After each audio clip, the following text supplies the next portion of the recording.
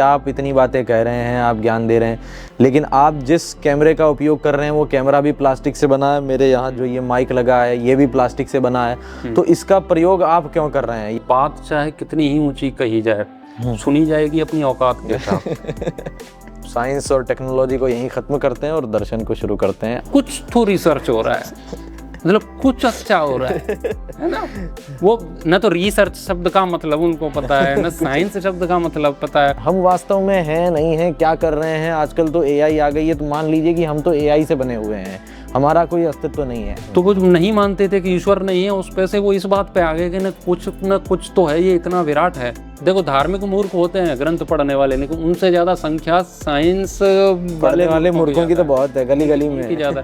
व्यभिचारियों का सबसे बड़ा शत्रु ब्रह्मचारी होता है क्योंकि वो समाज में संदेश देगा, व्यभिचारियों को दंड दो, ये करो, ये गलत है। यदि वो व्यक्ति पैदा ना होता तो उसके पैदा होने पर, उसके ज्ञान से अभी जो और लोग आने वाले थे वो पैदा नहीं हो रहे ना, तो उसका पैदा होना जरूरी था।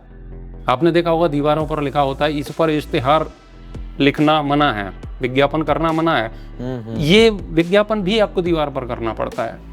टंकी में कितना ही भरा रहे और 2 कैन पीछे भी लाद लो भर के, बाइक नहीं चलेगी। टैंक फुल, उनके पास डाटा बहुत है, बहुत पढ़ा है उन्होंने। साइंस साइंस साइंस पीछे भाग रहे हैं, लेकिन हमें साइंस क्यों पढ़नी है, हम क्यों पढ़ रहे हैं, उससे हमें प्राप्त क्या करना है? तो यानी उन्होंने डेटा तो खूब देखा, लेकिन उस डेटा की जो एपिस्टेमोलॉजी है, यानी उसको छांटने का जो तरीका है, जिसे हम दर्शन में कहते हैं कि उस ज्ञान को हम क्यों प्राप्त कर रहे हैं, उसका कारण क्या है, वो कारण उनके पास नहीं। साइंस की ही बात करने वाले व्यक्ति ये जानते सभी हैं कि मैं इसको कभी भी अल्टीमेटली छू नहीं रहा। फिजिकल बॉडी को ही ले लो आप, हम कह रहे हैं कितनी चमक दमक है, कितनी चमक दमक है, क्या बात है, क्या बात है। साइंस का एक कोई ऐसा यंत्र हम उपयोग करेंगे, आपके सामने एक फोटो खींचेंगे उससे, जैसे एक्सरे कहते हैं या अन्य अभी तो मशीनें बहुत सारी आती हैं। लेकिन अब कैमरे की बैटरी बंद हो गई है, अब दर्शन तो चलता रहेगा, साइंस रुकने वाली है। अच्छा तो ये ह्यूमर में कहा है मैंने, कोई वो दिल पर ना ले ले।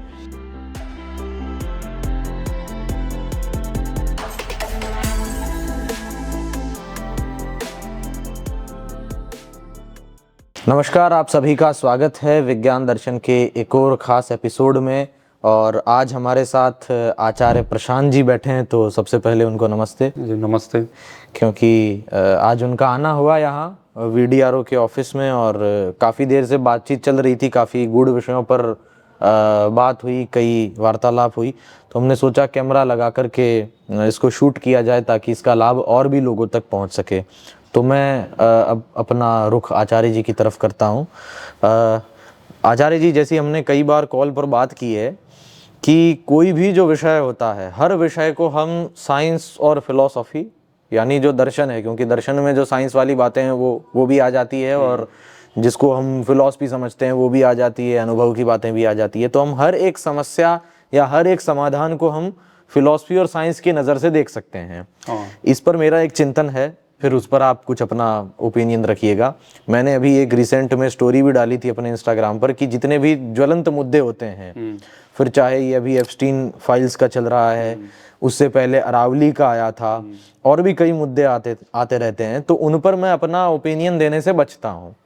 ठीक तरीके से दिए जा सकते हैं, जो मैं आगे देने का प्रयास करूंगा, लेकिन अभी तक मैं ट्रेंडिंग टॉपिक्स पर बोलने से बचता हूँ, क्योंकि मुझे ऐसा लगता है कि एक कहावत भी है कि let settle the dust itself, मतलब जो धूल के कण हैं उनको पहले अपनी प्राकृतिक अवस्था में आने दो, सेट होने दो, तो पता चलेगा किस चीज के पीछे क्या है। क्योंकि कोई भी एक क्रियाकलाप होता है तो राजनीतिक रूप से उसके पीछे कई पहलू होते हैं, पॉजिटिव में भी होते हैं और नेगेटिव में भी होते हैं। तो मैंने कहा कि मैं इस रीजन से अब तक वीडियो नहीं डालता था, लेकिन अब मैं कोई नया पेज या इसी पेज पर कुछ इस प्रकार का कंटेंट शुरू कर रहा हूं, जहां हर प्रकार की बात को कहा जा सके, लेकिन साइंस और फिलॉसफी के ही आलोक में। तो वहां मैं ट्रेंडिंग विषयों पर बात रखूंगा, लेकिन दार्शनिक अंदाज में ही। तो इस पर कई लोगों का प्रश्न आया कि ये संभव कैसे है। अब ये मैं करूंगा जब करूंगा, लेकिन अभी से लोगों के मन में जिज्ञासा है कि जैसे यूजीसी का मुद्दा है, या एप्स्टीन फाइल्स का मुद्दा है, या अरावली पर्वतमाला है, तो इस पर दार्शनिक बात क्या होगी। तो दार्शनिक बात कैसे कही जाएगी वो तो जब हम कहेंगे तभी पता चलेगा। लेकिन मेरा प्रश्न ये था कि हर चीज का समाधान दर्शन या फिलॉसफी से क्या संभव है, और यदि है तो क्यों है, उसके पीछे क्या कारण है। एक विषय हर विषय पर कैसे बात कर सकता है। कि फिलोसफी या दर्शन के बिगड़ जाने से, वस्तुतः दर्शन कहीं भी बिगड़ नहीं रहा, लेकिन वो हमारे ज्ञान में उस तरीके से नहीं है जैसा वो उसका यथार्थ तत्व है, वैसा हमारी दृष्टि में अभी नहीं है, और उसके बिगड़ने से ही समस्याएं शुरू होती हैं। तो जब सारी व्यवस्थाओं के बिगड़ने के मूल में यदि दर्शन है, तो फिर वो सुधारने का भी जो मूल कारण है वो वहीं से होगा। जहां से समस्या उत्पन्न होती है, समाधान भी उसका वहीं से होता है। जैसे मैं उदाहरण देता हूँ कि प्रदूषण बढ़ रहा है, तो इसका समाधान दर्शन से कैसे होगा? हाँ, इसका सीधी सी बात है, यम नियम का पालन करो, दर्शन इसके लिए कहता है। महर्षि पतंजलि जी कहते हैं, तो यम नियमों में, अष्टांग योग में वो अपरिग्रह की भी बात आती है। अपरिग्रह का अर्थ है कि आप कम से कम वस्तुओं का अपने जीवन में उपयोग करो, जितने में आप जीवन जी सकते हैं। ठीक है, वैभव के लिए कुछ होता है, लेकिन आप दिखावा और उसके लिए मत करो, जितने की आवश्यकता है। अब हम ये कहें कि राजा भी पैदल चले कि उससे प्रदूषण होगा गाड़ी से या हवाई जहाज से, तो प्राइम मिनिस्टर को तो जाना ही उसी से है। तो जिस चीज की आवश्यकता जहां है वो करें, लेकिन दिखावे में, जैसे कि अभी हम देखते हैं कई सारे शहरों में, विशेष करके अपना जैसे दिल्ली है, तो जो नई गाड़ी लॉन्च हो रही है, लोग वो नई गाड़ी लेके आ रहे हैं।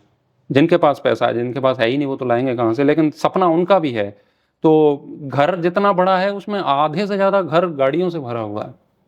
तो इतनी इतनी गाड़ियाँ लेनी है, उनके बनने में भी कितना प्रदूषण होता है, उसका जब प्रोडक्शन होता है, जब उत्पादन होता है, तो उसमें भी समस्याएं होती हैं, उससे प्रदूषण होता है। फिर एक बहुत सारे वस्तुओं का संग्रह, जैसे हमने बहुत सारे वस्त्र एकत्रित कर लिए। एक मैंने डॉक्यूमेंट्री देखी थी, पता नहीं उसका नाम क्या, अभी याद नहीं है। तो जो भी कपड़ा हमने, जो भी डिजाइन देखा, अरे ये भी लेना है, ये भी लेना है। और विशेष करके ये पुरुषों की अपेक्षा महिलाओं में ज़्यादा होता है ना। अलमारियाँ भरी पड़ी हैं पूरी, और वो उपयोग में भी नहीं आते, क्योंकि अभी ये डिजाइन चल रहा है, ट्रेंडिंग में, लेके आए और वो पहना 10 दिन, जब तक दूसरा डिजाइन आया वो लेके आए, अब पिछले वाले को आप पहन नहीं सकते, अब वो ऐसे ही कचरे की तरह जाएगा। तो वो पता नहीं कहाँ कहाँ कचरा पैदा करता है। यदि हमने अपरिग्रह का पालन, जो दर्शन बताता है, वो किया होता, तो 2 जोड़ी वस्त्र जो जब तक फट ना जाए तब तक उनका उपयोग करना है, तो वो कचरे के रूप में होगा ही नहीं। और उसके बाद भी उस पुराने वस्त्र का भी उपयोग होता है, यदि हम उस तरीके से जीवन व्यतीत करते हैं तो। क्योंकि वहाँ दिखावा ऐसा नहीं है कि इसको देख के कोई क्या कहेगा, जैसे कि उसका पोंछाई बना लिया या अन्य चीज़ों में वो कार्य में हमारे आ जाता है। तो जैसे जैसे आप कम वस्तुओं का प्रयोग करते जाएंगे, वैसे वैसे ही प्रदूषण कम होता जाएगा। क्योंकि प्रदूषण तो मानसिक प्रदूषण है, ये तो सब बाह्य उसका रिफ्लेक्शन है। सारे प्रदूषण मानसिक रूप से ही जन्म लेते हैं, अंदर से ही जन्म लेते हैं। अब जैसे मेरे मन में एक विकार आया कि मुझे बहुत सुंदर दिखना है, तो बहुत सुंदर दिखने के लिए क्या करना है? सौंदर्य तो फिर बाह्य वस्तुओं से ही लिया जाएगा ना, क्योंकि आंतरिक तो है नहीं आपके पास। तो जैसे महिलाएं लिपस्टिक लगाती हैं, या पुरुष भी कुछ क्रीम लगाते हैं, तो लिपस्टिक में भी बताते हैं 32 प्रकार के केमिकल्स उसमें रहते हैं। अब वो केमिकल्स के लिए बनाने के लिए जो फैक्ट्रियां काम कर रही हैं, वहाँ से रसायन युक्त जो जल है वो नदियों में, गंगा में, यमुना में, अन्य जो हमारी नदियां हैं उनमें जा रहा है, तो जल को प्रदूषित कर रहा है, वायु को प्रदूषित कर रहा है, और हमारे अंदर भी शरीर को बीमार कर रहा है, कैंसर कर रहा है। यदि आपको दर्शन पता होता कि आंतरिक रूप से हम आत्मा है, और शरीर और नर और मादा या सुंदर कुरूप, काला गोरा, ये कुछ विशेष महत्व की चीजें हैं नहीं। वास्तव में तो मैं जो हूँ वो मैं आंतरिक रूप से आत्मा हूँ। तो सुंदरता का तो कोई अर्थ ही नहीं रह जाता। जो कृत्रिम रूप से, ठीक है, प्रकृति से जो वो मिला है वो मिला है। यदि इन सारी चीजों को ही हम कम कर दें, जो कॉस्मेटिक है, मतलब जैसे सौंदर्य प्रसाधन की वस्तुएं कहते हैं हम, यदि ये भी कम हो जाती हैं, तो इसके लिए कितना बड़े बड़े कारखाने चल रहे हैं जो नदियों को, वायु को, सबको दूषित कर रहे हैं, मिट्टी को दूषित कर रहे हैं, त्वचा को भी रोगी बना रहे हैं। फिर त्वचा के चिकित्सा के लिए हम किसी डॉक्टर के पास जाते हैं, देखो ये हो गया है, वो हो गया, फिर उसकी चिकित्सा में फिर जो मेडिसिन हम ले रहे हैं, तो वो फिर मेडिसिन के लिए भी अलग से प्रदूषण हो रहा है। यदि इतना केवल समझ में आ जाए मन में कि व्यक्ति विचारों से सुंदर होता है, अपने कर्म से सुंदर होता है, बाह्य चमड़ी की सुंदरता कोई ज्यादा टिकाऊ भी नहीं है और वो ज्यादा महत्वपूर्ण है भी नहीं। ठीक है, टिकाऊ नहीं, आगे नहीं, अभी भी आप सुंदर हो तो अभी भी हो, तब भी वो कोई ज्यादा काम करता नहीं है वो। हाँ, सामान्य लोगों के लिए वो सुंदरता उनको आकर्षित करती है, वो बात अलग है, लेकिन सामान्य लोगों की बात नहीं हो रही, बात दर्शन की हो रही है। तो जो दर्शन में उतर गया उसके लिए उन चीजों से कोई मतलब बनता नहीं है।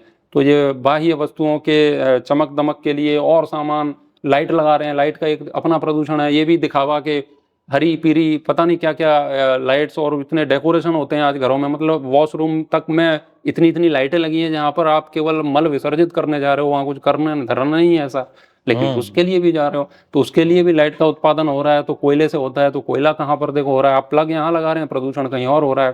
तो अगर आप मान लेते हैं कि कुछ नहीं है ऐसा, सुंदरता जैसा कुछ डिजाइन करने की ज़्यादा आवश्यकता है नहीं, तो ये भी बंद होता है, तो केवल अपरिग्रह और ये चीज़ों से इतने सारे प्रदूषण उससे रुक सकते हैं।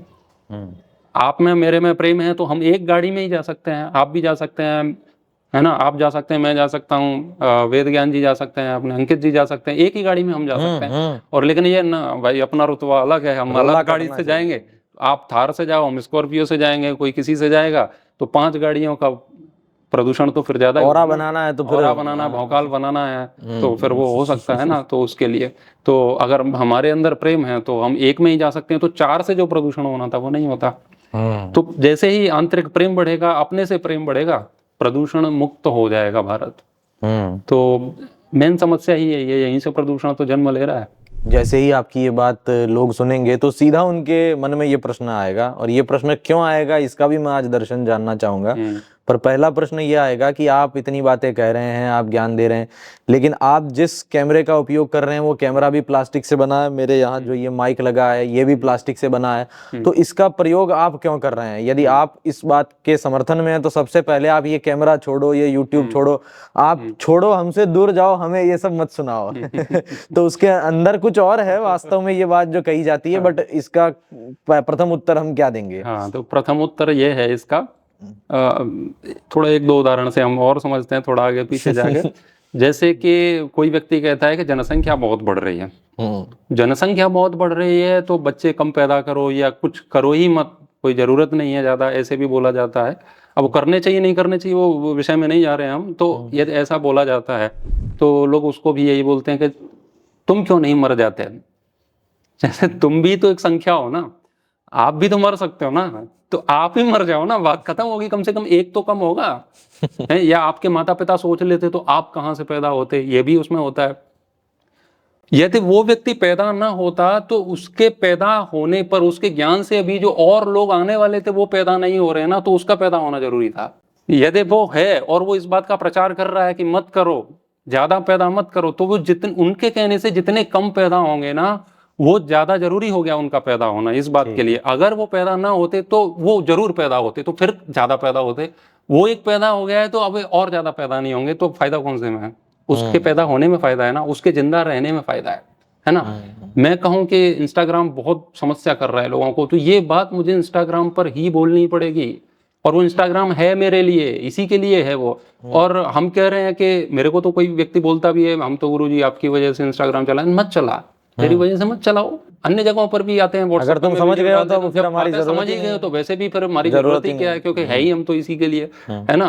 तो इंस्टाग्राम पर जाके अगर मैं ये समझा सकता हूं कि इंस्टाग्राम को कम से कम उपयोग करो, तो यदि मेरे कहने से 500 परिवारों में भी इंस्टाग्राम बंद हो जाता है, तो मेरे एक का इंस्टाग्राम चलाना बहुत ज़्यादा शक्तिशाली सिद्ध हुआ उसके लिए, तो मेरा चलाना बहुत आवश्यक था। यदि मैं ना चलाता ऐसे ही कि यार औरों को क्या बोलोगे, हम ही बंद कर देते हैं, हम बंद कर देते तो वो 500 चला रहे होते अभी तक, और मैं अभी चला रहा हूं तो वो 500 वो भी चला रहे हैं, और उनको समझ आ गई तो वो औरों को बोल देंगे, तो ये एक बड़ा नेटवर्क इसमें काम करता है। तो ऐसे ही आप कैमरे के लिए ले सकते हैं, कैमरे पर कितना कुछ गलत सलत आते हैं, कितने सारे गंदे जितने भी वीडियो आते हैं वो सब कैमरे से ही आते हैं। यदि हम कैमरे पर बता सकते हैं कि कैमरे से आपको ऐसा दुरुपयोग नहीं करना है, ऐसी ऐसी चीजें नहीं बनानी है, तो हमारा कैमरा चलाना बहुत आवश्यक है। तो इसीलिए जिन चीजों का हम विरोध कर रहे हैं उनका विरोध करने के लिए हमें आवश्यक है ना। माइक का ज्यादा उपयोग नहीं करना है, ये बात ज्यादा लोगों को बोलने के लिए माइक पर ही बोला जाएगा, यही व्यवहारिक है। आपने देखा होगा दीवारों पर लिखा होता है इस पर इश्तिहार लिखना मना है, विज्ञापन करना मना है। ये विज्ञापन भी आपको दीवार पर करना पड़ता है, तभी पता चलेगा उनको। ठीक, तो ये तो व्यवहारिक बात है। अब अगला प्रश्न ये है कि ऐसा लोग करते क्यों हैं? ऐसा प्रश्न वो क्यों करते हैं? ये जब इतनी व्यवहारिक बात है तो ये प्रश्न करने के पीछे भी क्या कोई विशेष कारण आपको? हाँ, वही है कि प्रश्न तो यही है कि आप बोल रहे हो, हमको सुनना पड़ रहा है, और लोग भी बोलेंगे कि अरे ये तो अच्छा कह रहे हैं, इनकी बातें मानो। तो कोई हमको ही आके कह देगा कि आप भी इसको छोड़ो, तो अच्छा है इससे ही बंद करवा दो ताकि बात खत्म, फिर हमें जो करना होगा वो करते रहेंगे। अच्छे लोगों को जंगल भेज दो, बात खत्म। जैसे भी कोई कहे यहाँ तो बहुत गलत है, ये कर रहे हो, अरे तो तुम यहाँ क्या ले रहे हो, तुम तो हिमालय जाओ ना। क्योंकि ऐसे लोग हिमालय चले जाएं तो गलत को गलत कहने वाला भी न बचे, तो लोगों के मन में वो तो प्रश्न हम भी आराम पैदा से ना मौज हो। मारेंगे हाँ, फिर। मतलब लोगों के मन में अभी जैसे कोई शराब पी रहा है, पी भले ही रहा है, और कहने वाले मैं कहूँ कि मत पियो तो मेरे कहने से रुक भी नहीं रहा है, वो जरूर पिएगा, लेकिन थोड़ा सा डाउट अभी भी शराबी के मन में रहता है, क्योंकि शराब के विरोध में बोलने वाले भी लोग हैं और उनको अच्छा नहीं मानते हैं शराब पीने वालों को, तो उनके मन में भी थोड़ा कच्चा मन रहता है, छुप के पीते हैं, रात को पीते हैं, बताते नहीं है, गुप्त पीते हैं, है ना। तो ये भी उनके लिए एक समस्या है ना, कि पी करके गुप्त रहना पड़ रहा है, रात को पी के सो गए। क्योंकि ऐसे लोग अभी बोल रहे हैं मदिरा पान करने वाले से दूर रहो, या इनको घर में मत आने दो, या अपने घर से बाहर निकाल दो, भले ही आपके पिताजी क्यों ना हो शराब पीते हैं, बाहर निकाल दो। तो उनकी वजह से थोड़ा उनका ना कॉन्फिडेंस लेवल थोड़ा डाउन होता है यार, ये तो इनको ही चुप करा दो ना और भागो, फिर हम खुलेआम पियेंगे, फिर कोई समस्या नहीं है। तो अपनी आज़ादी के लिए उनको बंद करना बहुत जरूरी है।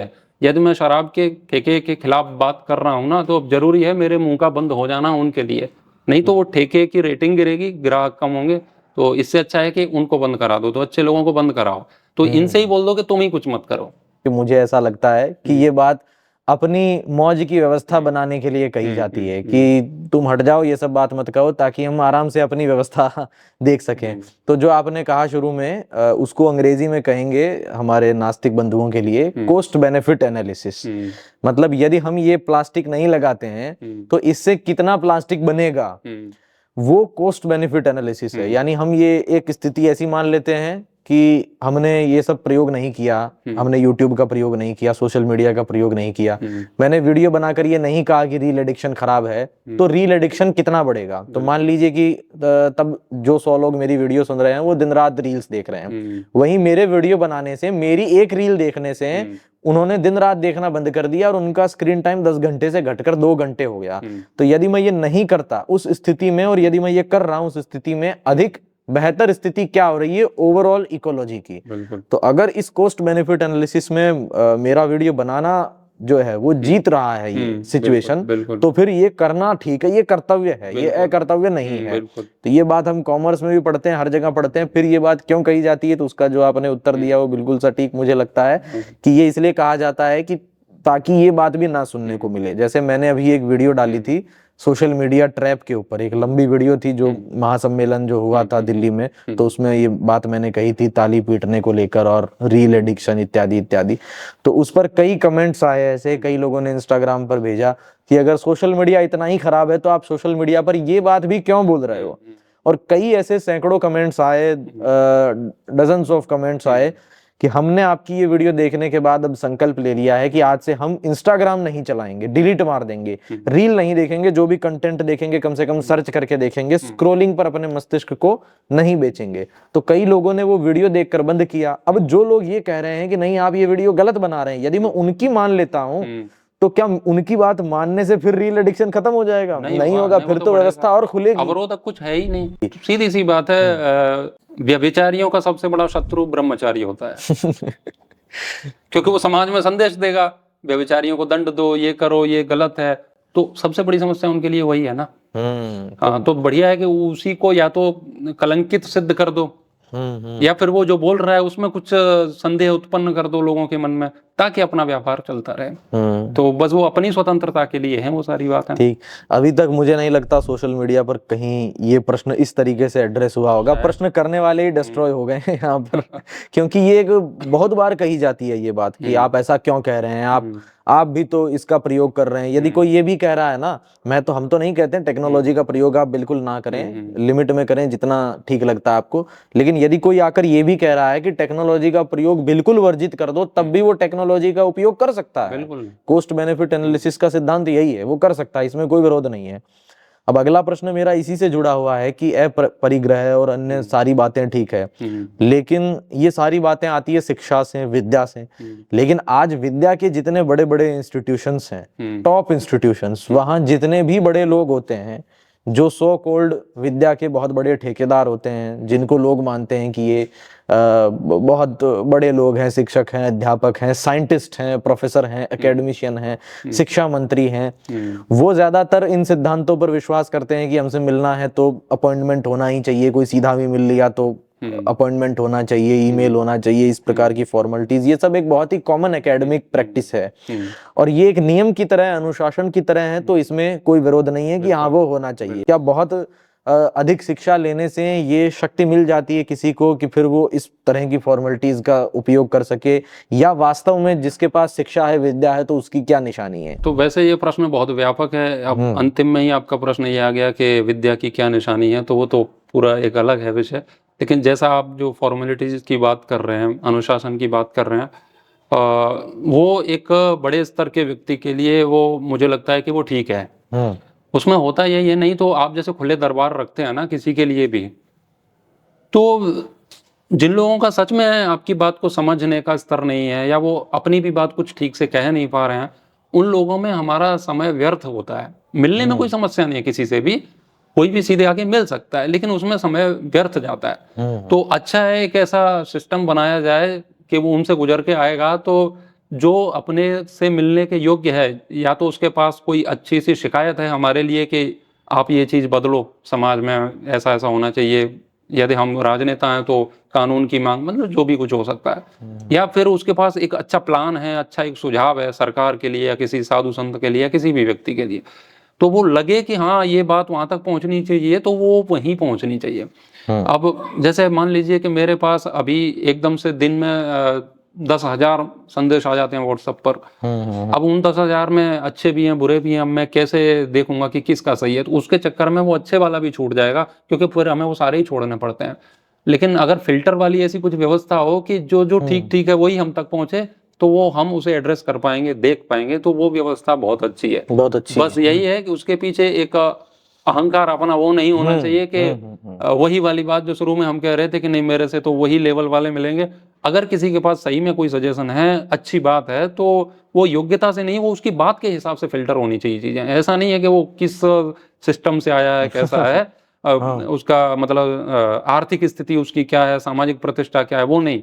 यदि कोई फटी धोती भी पहने है ना और ऊपर से शरीर उसका बिना वस्त्र का भी है, लेकिन उसकी अगर वो बात में दम है ना, तो उसको फिर ज्यादा फिल्टर मत लगाओ, लाओ सीधे, वो फिर ज्यादा आवश्यक होता है।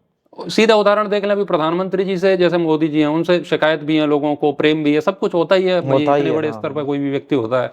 अब सारे लोगों से वो मिलने लगे तो काम कब होगा और कैसे होगा? हाँ, तो पूरी तरीके से ये कहना कि वीआईपी और प्रोटोकॉल ये सब गलत है, तो ये पूरी तरीके से गलत नहीं है, ये गलत कहना भी गलत है। गलत कहना वो गलत है, ऐसा होता है, आवश्यक है। मैं भी यही सोचता था पहले। अच्छा। हाँ, मैं सोचता था कि नहीं, ये जैसे माइक देने के लिए, अब मैं अपनी क्षेत्र की बात करूंगा तो जैसे ज्यादातर होता है ना, गुरु लोग प्रवचन कर रहे हैं, तो कोई भी प्रश्न पूछे, हम सोचते थे पहले ऐसे कि सबको बात करने का अधिकार होना चाहिए, उनके हाथ में भी माइक दो, वो भी प्रश्न पूछें, किसी का भी मना है उसी को माइक दे दो। तो एक बार मैंने ऐसे देख लिया है, एक दो बार ऐसे दिया, तो मैंने कहा भाई किसी को भी कुछ पूछना है तो पूछ लो। माइक उनके हाथ में गया, अब मुझे पता भी नहीं है कि कैसा व्यक्ति है सामने बैठा है क्या है, तो अब बात कुछ और चल रही है, हम किसी विषय पे बात कर रहे हैं और हम कह के ही यही माइक दे रहे हैं कि इस विषय में कुछ पूछना हो तो आप पूछ सकते हैं, मतलब पूछना शब्द है। एक व्यक्ति लेता है माइक और वो ऐसे सुझाव अपने आप, मतलब जो उस विषय से ही संबंध नहीं रखते हैं, ऐसा होना चाहिए, भारत वैसा होना चाहिए, अरे होना चाहिए, क्या होना चाहिए, वो सुझाव थोड़ी मांग रहे हैं आपसे। और उन्होंने ऐसी ऐसी चीजें बोली वहां पर, उनसे पूरे सभा का पूरा वातावरण ही खराब हो गया। मतलब उससे पहले हमने जो बोला था एक बढ़िया चल रहा था, उन्होंने पूरा तंत्र ही ले जाके, व्यवस्था ही पूरी बदल दी। वो कहीं की बात को कहीं ले जाके उन्होंने, मतलब जो सेशन था, पूरा सत्र था, वो लगभग उनने बीच में इतना बेकार कर दिया। फिर उनसे माइक लिया, उसी दिन मैंने सोच लिया था ये, अब हर व्यक्ति को कहीं भी ऐसे ही माइक नहीं देना, हाँ भाई पूछो कि क्या है। एक दो व्यक्ति अपना नीचे होना चाहिए और उनसे पहले बात होनी चाहिए, थोड़ा एक दो व्यक्ति, दो हों चार हों अपने कार्यकर्ता, पहले उनसे वो कार्यकर्ता ही पूछें कि क्या प्रश्न है, क्या है। उनको पता होता है कार्यकर्ताओं को कि अपने बोलने वाले वक्ता हैं वो क्या है, या किस प्रकार का मंच है, क्या है। उनको यदि उचित लगे कि हाँ ये बात वहाँ होनी चाहिए माइक पर, तो वो होनी चाहिए, तो ये फिल्टर होना ही चाहिए, ये फिल्टर होना चाहिए, बिल्कुल होना चाहिए। हमारा जो सूक्ष्म तत्व है उसमें एक तत्व कार्य कर रहा है, अहंकार, वो तो है कि मैं की अनुभूति, तो वहां तक तो वो ठीक है। लेकिन उसके बाद में जो व्यक्ति है ना, वो प्रकृति, जो दृष्टा और दृश्य है, उसका तादात्म्य में हो जाता है, उसका संयोग हो जाता है, वहां से भोग प्रारंभ होता है। दृष्टा और दृश्य का तादात्म्य में ही भोग है। तो जगत से वो अपने को इतना संबद्ध मान लेता है, वो सोचता है कि जितना ज्यादा मेरा रुतबा होगा उसमें लोग मुझे बहुत बड़ा मानेंगे। तो वो तो एक अहंकार का विस्तार है, इतना सा ही उत्तर है इस बात का। वो अपने को एक बड़ा बताना चाहता है कि मैं बड़ा हूं, जबकि यदि उसने दर्शन पढ़ा होता, जाना होता, तो बड़ा और छोटा दोनों ही कुछ नहीं होता है, बस होता है। बस होता मतलब एक अस्तित्व होता है कि मैं हूं, मैं फलाना हूं, मैं ढमका हूं, ये नहीं होता है, मैं तो मूल हूं। प्रश्न ये है कि ये पढ़ने से क्यों आ रहा है, ज्यादा पढ़ने लिखने से, ज्यादा विद्या प्राप्त करने से ऐसा क्यों आ रहा है? क्योंकि विद्या तो हाँ कहते हैं विनय देती है, तो हाँ ये उल्टा सिस्टम हमें प्रैक्टिकल हाँ। क्यों नहीं दिख रहा है? प्रैक्टिकल इसीलिए नहीं है क्योंकि उन्होंने विद्या को प्रैक्टिकल किया नहीं है। अच्छा। हाँ, उन्होंने थियोरी मतलब पढ़ी है, प्रैक्टिकल किया ही नहीं है। जो ज्ञान है ना, जिसे हम कह रहे हैं विद्या कहें, दर्शन कहें, उपनिषद कहें, वेद कहें, जो भी कहें, ये फलित जब होगी जब आप तपस्या करेंगे। बिना तपस्या के कोई भी ज्ञान फलित होता ही नहीं है। जिसके लिए वो पढ़ा गया था, जो वास्तविक तत्व जो उसका है दर्शन में, वो फलित होगा ही नहीं बिना तपस्या के। कोई भी व्यक्ति ऑनलाइन कितने ही ग्रंथ पढ़े, कितने ही शास्त्र पढ़े, कुछ भी पढ़े, उसको उसके जीवन में ठीक है पढ़ेगा, कुछ बदलाव हो सकते हैं, ऐसा नहीं है कि नहीं होंगे, लेकिन जैसा जैसा वो पढ़ रहे हैं ना, जो लिखा हुआ है बहुत ऊंचा, वो उसके जीवन में घटित नहीं होगा, क्योंकि उसके लिए उसने कोई मूल्य नहीं चुकाया है। www.vedas.com, ऋग्वेद यजुर्वेद हो गया, ये शुक्ल यजुर्वेद पढ़ लिया। इतना सस्ता है क्या वेद पढ़ना? मतलब बिना मूल्य चुकाए आपने वेद पढ़ लिए। उसके लिए आपको एक तपस्या करनी होती है, वो जानना पड़ता है चीजों को। तो वहां तो तत्व की बात है। तो विद्या ददाति विनयम है, वो विनय तब देगी विद्या जब वो विद्या के रूप में आपके हृदय में प्रतिष्ठित होगी। ठीक है। हो ये रहा है। अपने पास एक बाइक है, तो जैसे बाइक चलती है पेट्रोल से चलती है, तो बाइक में पेट्रोल हो इतने से बाइक चल जाती है? चल जाती है? मैं आपसे पूछ रहा हूँ। बाइक में केवल पेट्रोल होने से नहीं चलेगी, साथ में ड्राइवर भी होना चाहिए, ड्राइवर है, सब कुछ है, ऑयल होना उसकी चाहिए। टंकी में जैसे पेट्रोल होती है, तो टंकी में यदि पेट्रोल है तो बाइक चलेगी ना। मतलब पेट्रोल की कमी से तो नहीं रुकेगी ना? नहीं नहीं रुकेगी। हाँ, रुकेगी। चलेगी। अच्छा ठीक है। क्योंकि पेट्रोल में सही में जो है ना, गाड़ी को पेट्रोल की आवश्यकता टंकी में नहीं है, इंजन में है। अच्छा ठीक है। इंजन में हो जाएगा तब चलेगी। हाँ। टंकी में कितना ही भरा रहे और 2 कैन पीछे भी लाद लो भर के, बाइक नहीं चलेगी। और टंकी और इंजन के बीच में एक चीज होती है, वो उसे टोंटी कहते हैं, होती है ना, वो ऑफ, रिजर्व और ऑन होती है। यदि वो ऑफ है, आपके इंजन में 1-2 बूंद भी गई नहीं है, तो बाइक नहीं चलेगी। हाँ, इतना जरूर होगा, आपका जो कांटा है ना, वो जो घड़ी है, वो दिखा रही है कि टंकी आपकी फुल है। इधर ई होता है, इधर एफ होता है, एफ पे जाके कांटा टकराएगा। आप दूसरों को बता सकते हो, देखो अपनी तो बाइक भाई फुल रहती है। दूसरे भी लोग देख के कह सकते हैं, देखो इतना बड़ा टैंक फुल है गाड़ी का, भाई पूरा लैस होके चल रहे हैं तो माल से, लेकिन बाइक चल नहीं रही है। दरअसल इंजन को उसकी आवश्यकता आती है, लेकिन बीच में टोंटी लगी है, तो टंकी भर के आप दूसरों को कांटा फुल दिखा सकते हो, बाइक नहीं चलेगी। ऐसे ही टंकी है और ये इंजन है, मतलब हृदय कह लें, आत्मा का निवास कह लें, वो जहाँ है। तो इसके बीच में अब टंकी टोंटी उस प्रकार की तो है नहीं बाइक की कि मैं यहाँ पकड़ के दिखाऊं कि क्या है, लेकिन इसके बीच में मतलब वो तपस्या नहीं है, तो वही टोंटी को ऑफ होना आप मानो। कुल मिलाकर के ये जितने बड़े लोग हैं इनकी टोंटी बंद है। टोंटी बंद है इनकी, टैंक फुल है इनके, टैंक फुल है। उनके पास डाटा बहुत है, डाटा बहुत है, बहुत पढ़ा है उन्होंने, पुस्तकें पढ़ी है। तो टैंक फुल है, वो कांटा फुल बता रहा है, और उसी कांटे को वो पूरी दुनिया को बता रहे हैं।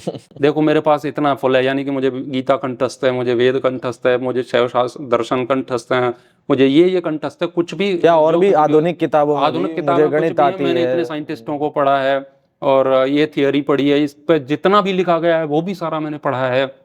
इस पृष्ठ पर लिखा है, उसने वो लिखा है, इसके विरोध में उसने ये लिखा है, ये सारा डाटा है। वो टंकी फुल बता रही है उसकी, लेकिन उसकी टोंटी बंद है। जब तक टोंटी नहीं खुलेगी हृदय में, यानी कि हृदय के इंजन में जब तक नहीं जाएगा, ज्ञान की 2 बूंद नहीं जाएगी वो पेट्रोल, वो तब तक कार्य नहीं करती। और होता यही है, वो तपस्या से वो टोंटी खुलती है। जिसने वो तपस्या नहीं करी है, उसके इंजन में कुछ नहीं है, जंग लगी हुई है। तो ब्रह्मचर्य परम बलम, ब्रह्मचर्य का ये सुख है, मन ऐसा होता है, आत्मा ऐसी होती है, वो करके देखो तब पता चलेगा, नहीं तो पढ़ने से थोड़ी पता चलेगा। अब जल शीतल है ये कहने से ठंड थोड़ी लग जाएगी मेरे को अंदर से। जल शीतल पिएंगे तभी तो अंदर से शीतलता आएगी ना। अभी जैसे मैं कहूँ कि सूर्य पर इतनी अग्नि है, उससे ये लोहा इतने डिग्री पर पिघल जाता है, लेकिन मैं तो अभी यहाँ बैठा हूँ तो वो फील नहीं कर सकता ना। एक पाइप में आपको बंद कर दिया जाए, तब आपको अनुभव होगा ना, वो मेरे कहने से नहीं होगा। मैं कहूँ कि एक पाइप में एक व्यक्ति को बंद कर दिया, दोनों ओर से बंद कर दिया, उसको घुटन हो रही, वो घुटन हम अनुभव नहीं कर सकते जब तक हम स्वयं उस पाइप में ना हो, है ना। तो स्वयं वो करके देखना पड़ेगा। ब्रह्मचर्य क्या है, उसके लिए पालन करना पड़ेगा। गुरु के प्रति समर्पण के लाभ क्या है, वो गुरु के प्रति समर्पण करके ही पता चलेगा। हाँ, पुस्तक में लिखने से, पढ़ने से हो जाएगा, गुरु के प्रति समर्पण करोगे तो ये होगा वो होगा, लेकिन हुआ कुछ नहीं, क्योंकि समर्पण ही नहीं किया। तो ये चीज तो केवल वहीं लागू हो रही है जहां हम दर्शन की बात कर रहे हैं, अपरिग्रह, ब्रह्मचर्य, इंद्रिय निग्रह, इन चीजों में ये काम कर रही है। लेकिन जो दूसरी चीजें हैं, जैसे साइंस है या कोई फिजिक्स पढ़ रहा है, तो कहते हैं साइंस पढ़ेगा कोई व्यक्ति तब भी उसको वैराग्य जाग सकता है। तो फिर उसमें तो जो जितनी बातें लिखी है उसको तो हम प्रैक्टिकल कर ही नहीं सकते। जैसा आपने कहा ब्रह्मचर्य लिखा है तो केवल लिखना नहीं है, उसको फॉलो करना है। या अपरिग्रह लिखा है तो उसे केवल लिखना नहीं है, फॉलो करना है, याद नहीं करना है। अब साइंस में जितनी बातें पढ़ते हैं इनको तो मतलब एक सामान्य प्रश्नकर्ता की दृष्टि से इनको तो फॉलो नहीं किया जा सकता। तो फिर ये तो विद्या है ही नहीं। तो क्या ये फिर ऐसे ही व्यर्थ है, ये इस विद्या का कोई अर्थ नहीं है, ये विनय नहीं दे रही है, तो क्या ये विद्या नहीं है, या इसको सही तरीके से नहीं समझा जा रहा है? इसके पीछे समझा उसको ठीक से नहीं जा रहा है, बाकी गलत नहीं है। कोई भी ज्ञान गलत थोड़ी होता है। तो साइंस के ज्ञान से कैसे विनय या आचरण अच्छा होगा? और साइंस के ज्ञान से आचरण में, वो जो साइंस से जो संसाधन हमने उपलब्ध किए हैं, जो जो चीजें हैं, वो हमारे को उस साधना में सहायता प्रदान करती है। वो एक टूल है, उपयोग है। साइंस जैसे टेक्नोलॉजी वाली, टेक्नोलॉजी नहीं, जैसे जो ब्रह्मांड के रहस्य हम जानते हैं या पदार्थ कैसे कार्य कर रहा है, तो इससे हमें कैसे वैराग्य प्राप्त होगा, या ये विद्या हमें कैसे सरल बनाती है? कहते हैं ना, जिसके पास जितनी ज्यादा विद्या उतना सरल होगा, तो वो कैसे होगा सरल? ये सब तो जानने साइंस तो ऐसे ही होता है सरल। अब वैज्ञानिक हैं कोई, उनका नाम तो मुझे पता नहीं है कि क्या है, आपको पता हो शायद। ठीक ठीक है। वो पृथ्वी से जब बाहर गए थे ना, बहुत दूर गए, तो उन्होंने ब्रह्मांड जब अपनी आंखों से देखा ना, तो वो नहीं मानते थे कि ईश्वर नहीं है। उस पे से वो इस बात पे आ गए कि न कुछ तो है, ये इतना विराट है। और उसके बाद के जीवन में भी उनके में परिवर्तन आया है काफी। वो सोचते थे मैं ऐसा हूं, मैं वैसा हूं। जब वो पहुंचे ना ऊपर, तो उन्हें पता चला कि हम तो कुछ भी नहीं है, बहुत छोटी सी चीज है। तो साइंस के ही टूल से तो गए थे ना वो इतनी दूर से। यदि कोई व्यक्ति ब्रह्मांड को देख ले, किसी को घमंड आ गया एक कंप्यूटर बनाने का, कि मैंने तो ये बना लिया, अगर वो सही में साइंस में और गहरा जाएगा ना, तो वो अणु, परमाणु, और हम तो सत्व रजतम की बात करते हैं दर्शन में, तो वहां तक वो जाता जा रहा है और नहीं मिल रहा उसे, कोई और छोर नहीं मिल रहा है। तो उसको समझ में आएगा कि नहीं, मेरी बुद्धि से तो बाहर की चीजें बहुत सारी हैं, तो कोई तो है जिसने ये सब कुछ बनाया है। तो वहां से समर्पण होगा ना, वो मैं ही हूँ, सब कुछ मैं हूँ, वो वाली भावना ही मिट जाएगी ना। जब उसे पता चलेगा कि मैं तो कुछ भी नहीं जानता। कई सारे वैज्ञानिक कहते हैं ना कि हमने जो कुछ भी जाना है वो अभी दुनिया का 1% है, जैसे कुछ भी नहीं है, 1% भी नहीं है, ऐसा कहते हैं। कुछ प्रतिशत में भी कह दे, 0.1 कह दिया किसी ने कुछ, लेकिन प्रतिशत निकल ही नहीं सकता। प्रतिशत जब निकलता है जब आपको 100 पता हो कि कितना है, तभी तो निकलेगा ना कि कितना है। अभी एक भी आप कैसे कह रहे हो, अभी आपको क्या पता है कि कितना है? ये हो सकता है ये कुछ भी ना हो, मतलब थोड़ा सा ही हो, वो प्रतिशत भी नहीं होगा। तो आप साइंस से चीजों को जितना जितना जानते जाओगे ना, तत्व को, उतना उतना उससे विरक्ति होती ही जानी है। फिजिकल बॉडी को ही ले लो आप, हम कह रहे हैं कितनी चमक दमक है, कितनी चमक दमक है, क्या बात है, क्या बात है। साइंस का एक कोई ऐसा यंत्र हम उपयोग करेंगे, आपके सामने एक फोटो खींचेंगे उससे, जैसे एक्सरे कहते हैं या अन्य अभी तो मशीनें बहुत सारी आती हैं, उसमें आपका जो ढांचा और ये उसमें अंदर मल मूत्र और सब कुछ पता चल जाएगा, कितना सुंदर पता चलेगा ना कि कितना सुंदर है। उससे विरक्ति बढ़ेगी, विरक्ति बढ़ेगी तो आचरण शुद्ध होगा, ब्रह्मचर्य ऑटोमेटिक जीवन में आ जाएगा। वो कहे यार किस चीज के पीछे मैं पागल हूँ। तो ये उस यंत्र से ही तो आई ना वो सारी चीजें, तो साइंस से वो सारी चीजें आई है। साइंस तो उसमें कार्य करता है, और किसी का जैसे उद्देश्य ही है कि हमें परम विरक्त होना है और वो ठीक करना है, तो उसे उसके लिए ज्ञानी जनों की आवश्यकता है। तो पहले जाते थे गुरुओं की खोज में, यहाँ वहाँ जा रहे हैं। अभी यदि कोई गुरु का कोई कहीं से भी आपको लिंक संपर्क मिला ना, ये साइंस उसमें बहुत अच्छा उपयोग करता है। व्हाट्सअप आप करोगे, एक बार पूछोगे आत्मा क्या है, गुरुजी वहां से बैठे बैठे बता देंगे। मतलब ऐसे नहीं बताएंगे आत्मा क्या है, लेकिन उसका जो स्वरूप है शास्त्रों में, या वैराग्य या अन्य कोई भी प्रश्न है उसके जीवन को ठीक करने के, वो व्हाट्सअप के माध्यम से हो रहा है। अब जितने लोग हमें मिले या आपको भी मिलते हैं, वो इसी साइंस की वजह से मिले हैं, वो जीवन बदला है उनका। अभी हम कैमरे का यूज कर रहे हैं, वो साइंस की वजह से ही कर रहे हैं।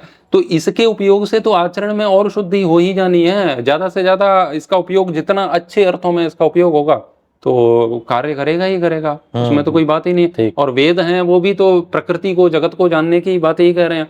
अब ठीक है, वो समाधि में जाने की बात कह रहे हैं कि समाधि में जाओगे तो आपको उत्तर मिलेंगे। कोई कह रहा है नहीं, समाधि वाला हमें समझ नहीं आता है, हम प्रैक्टिकली चलेंगे। तो प्रैक्टिकल चलने के लिए वो यंत्र बनाते हैं, कई सारी चीजें बनाते हैं, तो उसको भी वो जितना जितना जानते जाते हैं उतना उतना उससे विरक्ति होती है। अलग अलग और स्तर के मूल लोगों सिद्धांत है ये, आकर्षण किसी भी वस्तु का किसी के भी प्रति होता ही इसीलिए क्योंकि हम उस वस्तु की का यथार्थ नहीं जानते हैं, इसीलिए चमक दमक है उसकी। और चमक दमक जो है ना, उसके पीछे सच्चाई होती है, पर्दे के पीछे सच्चाई है। और जो यंत्र है वो पूरा खोल के रख देंगे ना तो समझ में आ जाएगा कि नहीं नहीं यार, इतना पावरफुल नहीं है। अभी कल ही हम कल नहीं, पिछले सप्ताह की बात होती, बाइक खुली हुई थी, एक ट्रैक्टर खुला हुआ था, हम एजेंसी गए थे, तो उसका इंजन खुला था ना, उसमें इतने छोटे छोटे पार्ट्स थे जिनके बलबूते हम ऐसे ही रेस मार के और ट्रैक्टर चला रहे हैं, घटिया पे चढ़ा रहे हैं, ऐसा लग रहा है कि इसमें तो बहुत पावर है। उसको देखते ही समझ आ गया नहीं नहीं, इतना रिस्क नहीं लेना, ये कोई भी पार्ट्स कहीं से भी टूटा और सीधे मरोगे तुम। तो उसकी सच्चाई सामने आई ना ऐसे, तो अब आपको ऐसे रिस्क नहीं लेनी है वो सारी चीजें। आप जितना जितना जानते जाते हो चीजों को, उतना उतना उससे मुक्त होते जाते हो। वो चाहे किसी भी संबंध में हो, हमारे रिश्तों के संबंध में हो, किसी वस्तु के संबंध में हो। अब कोई वस्तु है इतनी टेस्टी लग रही है, खाने में बहुत अच्छा लग रहा है, लेकिन आप उसको लेबोरेटरी में ले जा रहे हैं और उस पर जांच कर रहे हैं, तो यंत्रों से आपने देखा इसमें इतने सारे बैक्टीरिया हैं और इतने सारे केमिकल्स हैं, इस केमिकल से ये होता है, विरक्ति हो जाएगी उससे, नहीं करेगा वो व्यक्ति। टेस्ट है क्या, हाँ, क्यों होता है, टेस्ट ये है ज्यादा क्या? समझेंगे हाँ, तो मन उब जाएगा। हाँ, वो सारी जैसे मैं कुछ उदाहरण देता हूँ, क्योंकि ये प्रश्न मैंने इसीलिए किया कि साइंस को ठीक तरीके से समझने पर, क्योंकि दो चीजें हो गई, एक तो पढ़ना, एक उसे अगेन जीवन में उतारना। तो ये चीज खाली दर्शन में अप्लाई नहीं होती है, हर प्रकार के नॉलेज में जो डेटा है, आंकड़े, उनमें अप्लाई होती है कि हम उसे किस तरीके से देखते हैं। तो जैसे एक सिद्धांत है कि ये मेरा फोन है तो मैं इसको छू रहा हूँ, तो साइंस की ही बात करने वाले व्यक्ति ये जानते हैं, जानते सभी हैं कि मैं इसको कभी भी अल्टीमेटली छू नहीं रहा हूँ। बिल्कुल नहीं। मेरे हाथ और इस फोन के बीच में जो एटम्स हैं वो हमेशा एक दूसरे को रिपल्ट कर रहे हैं, और भी एटम ही नहीं, उसके अंदर और जाएंगे तो अंदर सब एटॉमिक पार्टिकल्स हैं उसके अंदर, और क्वार्क्स हैं, बहुत सारी चीजें हैं, स्ट्रिंग्स हैं जो धागे नुमा संरचना होती है, उस तरह का कुछ होगा, ऐसे हाइपोथेसिस है, मतलब बहुत गहराई है उसमें। बट ये एक निष्कर्ष सभी साइंस पढ़ने वाले जानते हैं कि हम छू रहे हैं तो हम इसको स्पर्श कभी भी नहीं कर रहे हैं, हमारा मन ये आभास करवा रहा है। और ऐसा लगभग सभी इंद्रियों के साथ है। फिजिक्स पढ़ने वाला हर एक विद्यार्थी जिसने स्कूल में 12वीं तक भी फिजिक्स पढ़ी है, 10वीं तक भी पढ़ी है, वो ये जानता है कि मैं जो रूप देख रहा हूँ वो रूप वैसा नहीं है, ये कलर सिर्फ मुझे दिखाई दे रहे हैं, कुत्ते को कुछ और दिखाई देगा, क्योंकि सूर्य की जो किरणें हैं वो तो समान जगह बिखर रही है, पर मेरी जो रेटिना है वो किसी चीज को लाल देख रही है, किसी चीज को काला देख रही है, किसी चीज को सफेद देख रही है। सफेद कुछ नहीं है, जितने भी 7 रंग के आयाम हैं उन सबका वापिस टकरा करके चले जाना सफेद दिखना है, और वो सभी का शोषित हो जाना, मतलब कि सारे जितने रंग हैं वो सभी शोषित हो जाते हैं, तो उसका दिखना काला है। तो काला अपने आप में एक कोई ऑन्टिक चीज नहीं है, अभाव है। तो ये बात सभी को पता है। लेकिन इस बात के पता होने से जो आचरण होना चाहिए, जो हम अभी बात कर रहे हैं कि ऐसा होना चाहिए, ये सब में नहीं दिखता है। तो यानी साइंस में भी वही दर्शन वाली चीज फॉलो हो रही है। वो तो मूल उद्देश्य पे है ना, आप भले ही साइंस पढ़ लो। अब जैसे दर्शन में आता है कि आप किसी भी बॉडी, किसी भी शरीर के अलग अलग भाग को अलग अलग हिस्सों में देखो, उससे विरक्ति होगी। लेकिन देखने में ये भी आता है कि डॉक्टर जानते हैं सारे पार्ट्स, सारी चीज़ें, ऑपरेशन कर रहे हैं वो। अभी पिछले सप्ताह ही मैंने एक वीडियो देखी थी, एक महिला चिल्ला रही थी खूब जोर से कि उस डॉक्टर ने इंजेक्शन लगाया, उसको कुछ और भी कुछ किया होगा, उसके प्राइवेट पार्ट्स को गलत तरीके से छुआ उसने, तो मतलब गलत हुई है ना उसके साथ बॉडी का उसे पता है कि अंदर क्या है, क्या सारी चीज़ें हैं, पढ़ा है उसने कि वो शायद हमसे ज़्यादा ही जानता है ना डॉक्टर, तो कि बॉडी कैसे कार्य करती है, ये त्वचा भी क्या है, मांसपेशी क्या है, उसके बाद भी वो कार्य कर रहा है। तो बात ये है कि उसका उद्देश्य ही नहीं है वो उस तरीके से उसको पढ़ना। उद्देश्य से वस्तुओं को, चीज़ों को पढ़ा जाता है। यदि ठीक उद्देश्य से व्यक्ति विज्ञान पढ़ रहा है, साइंस जैसे हम कह रहे हैं, तो वो भी कल्याणकारी है। और गलत उद्देश्य से वो यदि धर्मशास्त्र भी पढ़ रहा है तो वो भी पतन को प्राप्त होगा व्यक्ति। तो बात उद्देश्य की है, जो डाटा आता है उससे कल्याण नहीं होता है। तुम किस लिए पढ़ रहे हो उस चीज को, उससे होता है। अब कोई शास्त्र आप उठा के पढ़ रहे हो, इसीलिए पढ़ रहे हो कि अब मुझे इसमें कमियां निकालनी है, अब आपको उसमें कुछ भी अच्छा नहीं मिल सकता है। या फिर आपको ये इसीलिए पढ़ रहे हो कि इसमें से कुछ अच्छा मिल जाए तो वीडियो बना दूं, बात खत्म हो जाए, है ना। एक कंटेंट क्रिएटर की तरह सोचते ही हैं लोग, और ज्यादातर ऐसा ही होता है। तो तब भी उसका जीवन नहीं बदलने वाला। अब लोग कहें ये तो गीता पे बोलता है, कुछ नहीं हुआ, तो गीता पे बोलता है, गीता का आचरण नहीं है। आप किस उद्देश्य से पढ़ रहे हो? साइंस सही में बहुत ऊंची चीज है, बहुत ऊंची चीज है। ये जितना जितना देश में साइंस किया जा रहा है ना, मतलब अभी साइंटिस्ट और साइंस पढ़ो, धर्म छोड़ो, साइंस पढ़ो, ये नहीं पढ़ रहे हैं। साइंस साइंस पढ़ लेते तो ये धर्म की ओर आ ही जाते। साइंस स्वयं में ही धर्म है, वो और साइंस कुछ अलग थोड़ी ही है। नहीं। साइंस और कुछ क्या नहीं है, विज्ञान है, जो ना विशिष्ट प्रकार का जो ज्ञान है वो विज्ञान है, वही साइंस है। वो थोड़ा सा वैसे शब्दांतर अलग अलग भाषा के हैं, लेकिन फिर भी हम मान लें तो एक ही है सारी चीजें। तो वस्तु का यथार्थ तत्व है। दर्शन भी तो यही कह रहा है कि वस्तु क्या है।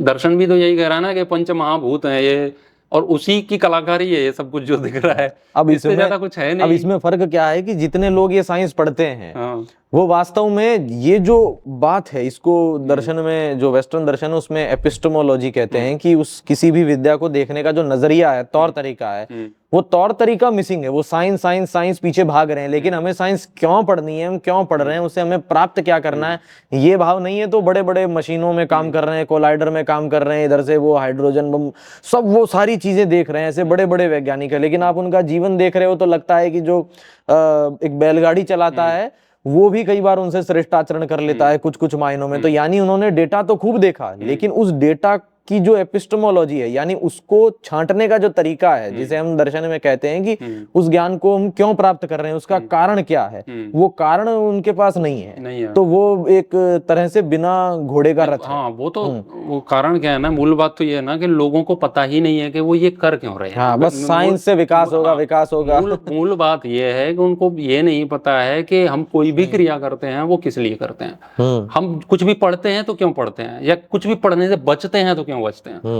तो क्यों, एक बड़ा प्रश्न है ये अपने आप में कि ये किया क्यों जा रहा है, क्या जरूरत है इन सब चीजों की। तो ये मूल प्रश्न का उनके पास उत्तर ही नहीं है कि किस लिए कर रहे हैं। इसीलिए वो जो भी कर रहे हैं उससे गलत ही हो रहा है, ठीक हो ही नहीं रहा है, क्योंकि उद्देश्य नहीं पता है। इसीलिए साइंस बढ़ती जा रही है और उसके दुरुपयोग ज्यादा से ज्यादा बढ़ते जा रहे हैं, है ना। जब टेक्नोलॉजी नहीं थी तब इस प्रकार की चोरियां वो सब नहीं होती थी। आज टेक्नोलॉजी है तो आपकी जेब कट जाएगी, आपको पता भी नहीं चलेगा कि क्या क्या हो रहा है। तो वो किस लिए बनाए जा रहे हैं? जीवन का उद्देश्य है मुक्ति के लिए। मुक्ति के लिए हमको जन्म मिला है, यही प्रश्न का उत्तर है। अब इस मुक्ति में जो जो संसाधन, जो जो ज्ञान उपयोग में आ सकता है, वो ज्ञान आवश्यक है हमारे लिए। कोई भी, जैसे हम पर ईंट फेंक रहा है, पकड़ो उसको, उसकी सीढ़ी बनाओ, ऊपर चढ़ जाओ। कोई भी पत्थर फेंक रहा है, पकड़ो उसको, उसकी सीढ़ी बनाओ और ऊपर चढ़ जाओ। तो उसका उपयोग करो। तो ज्ञान का, विज्ञान का, जो बुद्धिमान है ना, वो अच्छे से अच्छा उपयोग करते हैं उन चीजों का। तो वो तो ज्यादा से ज्यादा उसको, संसाधनों का उपयोग करो उस वस्तु के लिए, यथार्थ तत्व के लिए, वो उसमें काम आएंगे। लेकिन यही नहीं पता है कर क्यों रहे हैं, तो कुछ भी करते रहो। अब साइंस यहाँ तक पहुंच गई, अशांति कितनी हुई है, पहले से ज्यादा हुई है। अभी व्यक्ति नींद की गोली खा के सो रहा है, शायद उस समय नींद की गोलियां नहीं होती होंगी पहले। और जिसको देखो डिप्रेशन का इलाज हो रहा है, कोई स्ट्रेस में पता नहीं क्या क्या हो रहा है। और इतने लोग तनावग्रस्त हो गए हैं कि ये बीमारी 10-20 साल में पूरे विश्व में ही छा जाने वाली है। भारत में तो अभी बढ़ ही रही है खूब ज्यादा।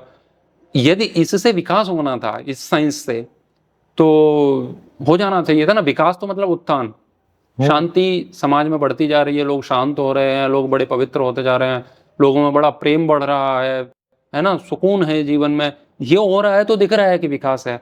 विकास का मतलब बिल्डिंग नहीं है ना, फिर तो तुम्हारी बिल्डिंग से ऊंचे तो पहाड़ हैं, पहले से विकास है। यदि ऊंचाई है तो अगर आपको ऊंची छत से ही देखना है तो पहाड़ से चढ़ के देखो ना, हिमालय से देखो, उससे ऊंची तो कोई बिल्डिंग नहीं है। हाँ, उससे ऊंची तो नहीं है ना। तो ऊंचाई पर तो पहले से भी पहुंचे हुए थे हम, लेकिन उससे शांति नहीं थी ना, इसीलिए तो ज्ञान खोज रहा है व्यक्ति। तो ज्ञान से शांति यानी आचरण से, ये कोई भी चीज किसी भी काम की नहीं है यदि आप इसका ठीक उपयोग करना नहीं जानते हैं। तो फिर तो ये भी नुकसानदायक है साइंस, और धर्म ग्रंथ भी नुकसान ही पहुंचाएंगे आपको। क्योंकि ज्ञान तो ज्ञान है, ज्ञान में ऐसा कुछ नहीं है, फिलॉसफी में ईस्टर्न वेस्टर्न वो कुछ नहीं है। जो बात है वो बात है बस।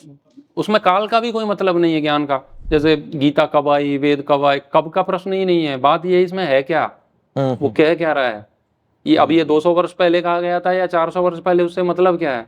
है ना। इस प्रकार के तिथियों से तो कोई मतलब नहीं बनता है ना। ब्रह्मचर्य से सुख मिलेगा। अब ये बात कल कही थी या परसों किसी ने, इससे क्या होने वाला है, तुम उसका प्रैक्टिकल करके देखो ना। अपने आप में तो चीजें कुछ भी नहीं है ना, कुर्सी न गलत है ना सही है। यदि इसी कुर्सी पे बैठ के इसी लैपटॉप पर, इसी अपने पीसी पे बैठ के योजनाएं बनाई जाएं कि अपने इसको नागौर को, इसको कैसे लूटा जाए, है ना, तो यही कुर्सी भी गलत हो गई। मतलब ऐसे अपने आप में गलत नहीं है, पर उसका उपयोग गलत हो गया। और यहीं बैठ के ये भी हो सकता है कि नागौर को कितना ऊंचा बनाया जाए, कितना स्वच्छ बनाया जाए, उसके लिए हम ड्राफ्ट तैयार कर रहे हैं। तो कंप्यूटर भी बढ़िया है, ये कुर्सी भी बढ़िया है, ये लाइट भी उसमें उपयोग कर रही है, सब कुछ सहायता कर रही है इसमें। तो ये आपके उद्देश्य के ऊपर है। उद्देश्य गलत है तो सब गलत है। साइंस एक तरफ ये बाह्य जगत से हम विकास करते जा रहे हैं, आंतरिक रूप से हम खोखले होते जा रहे हैं। साइंटिस्ट जो है, जो व्यक्ति कह रहा है ये साइंटिस्ट ने ये कहा, ये साइंस ये कह रही, तुम साइंस के हिसाब से चल के भी तो बताओ ना। साइंस तो क्लियर बता रही है ना कि जब आप उद्विग्न होते हैं, क्रोध में होते हैं, तब आपका ब्रेन ठीक से कार्य नहीं करता है। ये साइंस बोलती कि नहीं बोलती? अब मुझे नहीं पता ये वो बोलती भी है कि नहीं बोलती, क्योंकि बोलेगी, अगर वो साइंस तो हुई तो जरूर बोलेगी, क्योंकि ऐसा ही होता है। बोलती है, बायोलॉजी कहती है ना, यही होगा। आपके दिमाग में कुछ हलचल होगी, कुछ पानी इधर से उधर होगा, कुछ लिक्विड ऐसे, और वो आपको परेशान करेगा। लेवल, कोर्टिसोल, थायराइड प्रोफाइल सब बिगड़ जाएगी, सब बिगड़ेगा उससे। और उसकी वजह से फिर आपके शरीर में रोग भी आते हैं। जो व्यक्ति ज्यादा क्रोधी होगा ना, क्रोध उत्पन्न होगा, उससे कुछ हार्मोन्स बिगड़ेंगे, फिर असंतुलन होकर के उसमें रोग आएंगे। क्लियर है ये बात? कह रही है साइंस। हाँ, क्लियर है ना। क्रोध को नियंत्रण क्यों नहीं कर रहे हो? क्यों कुर्सी उठा के किसी पे भी मार दी, किसी को भी माँ बहन की गाली दे दी, किसी को भी दे दी। यदि आप इतने प्रैक्टिकल हैं, साइंस में आपका इतना ही भरोसा है कि साइंस गलत नहीं है, तो फॉलो करो ना। बता कैसे रहे हो, फॉलो करो, क्रोध पर नियंत्रण करो। पर वर्तमान में जिसको साइंस माना जा रहा है उसमें समस्या यही है, जैसे हम तो शब्दों को एक समझाने के लिए प्रयोग कर रहे हैं, पर उस साइंस को देखने की जो फिलॉसफी है, वो फिलॉसफी गड़बड़ है कि इस साइंस का यूज करके हमें मशीन बनानी है, टेक्नोलॉजी बनानी है, हमें ज्यादा से ज्यादा एग्जॉर्शन करना है, हमें खनन करना है, हमें संसाधनों का उपयोग करना है, तो उसका प्रयोग वो उसमें कर रहे हैं, जबकि उसका प्रयोग होना चाहिए सीधा आत्मा के स्तर पर, तब वो असली साइंस है। जैसे आइंस्टीन है या कोई वैज्ञानिक है, उसने बहुत शानदार चीज बताई, श्रोडिंगर ने बताई, और क्वांटम वालों ने चीजें डिस्कशन की कि वेव पार्टिकल थ्योरी है, जो कुछ हमारे सामने है वो वेव है कि पार्टिकल, इस तरह के तमाम डिस्कशन है। वो डिस्कशन मैं यहाँ बहुत ज्यादा रिगरसनेस से नहीं करूंगा, लेकिन इस डिस्कशन से मुझे यदि यही नहीं पता चल रहा है कि मुझे कोई सर बोल रहा है या नाम से बोल रहा है, मैंने सब जान लिया, मैं दुनिया भर के पेपर लिख रहा हूँ, मैं एक बहुत बड़ा वैज्ञानिक हूँ, मैं पूरे जगत में कह रहा हूँ कि देखो पार्टिकल नहीं है, ये वेव है या ड्यूअल है या जो भी है, लेकिन मुझे कोई सर नहीं कह रहा, इससे मैं चिढ़ जा रहा हूँ। तो मुझे समझ कहाँ आया कि वो पार्टिकल है कि वेव है? तो यानी जो मैंने समझा या सीखा या जाना, उसको मैं अप्लाई नहीं कर रहा हूँ, मैं वैसे ही भड़क रहा हूँ जैसे एक चपड़ासी भड़क रहा है, तो उसकी विद्या तो बढ़ी नहीं ना। यानी उसकी विद्या यहाँ नहीं बढ़ी है, उसकी विद्या सिर्फ वो कागज में बढ़ी है। जो आप कह रहे थे कि वो टंकी फुल है लेकिन टोटी बंद है। सर क्या है मतलब? ध्वनि है, एक ध्वनि है ना। अब ये तो आपसे और मुझसे ज्यादा साइंस जो वो ज्यादा, मैं वही बड़े वैज्ञानिक हैं, वही बताएंगे कि शब्द क्या है। मैं तो इतना ही जानता हूँ कि वो बस चल के आ रहा है, और एक कुछ ऐसी इंफॉर्मेशन हो रही है दिमाग में, क्या क्या होता है, उससे हमें समझ में आ रहा है कि ये कुछ कह रहा है। वास्तव में सर क्या है भैया? कुछ भी तो नहीं है वो, है ना। तो तुम तो शब्द को ज्यादा अच्छे से जानते हो, तत्वों को ज्यादा जानते हो, प्रैक्टिकली जगत को, लेकिन सबसे ज्यादा बीमार और सबसे ज्यादा परेशान यही लोग दिखते हैं। बिल गेट्स नाम सुना है हमने, वो क्या क्या बनाता है भैया, बहुत सारी चीजें बनाता है ना। भारत में आता है तो उसका खूब सम्मान होता है, अनशंट एक्सपेरिमेंट करता रहता है, बहुत कुछ करता है वो। वैक्सीन पे भी उसने ये बात ठीक है कि हमें किसी बड़े को, वरिष्ठ को या विद्वान को सर कहना चाहिए या श्रीमान कहना चाहिए, जो भी है हमें कहना चाहिए, लेकिन वो तो विद्वान है ना, उसके मन में तो रत्ती भर भी लालसा नहीं होनी चाहिए।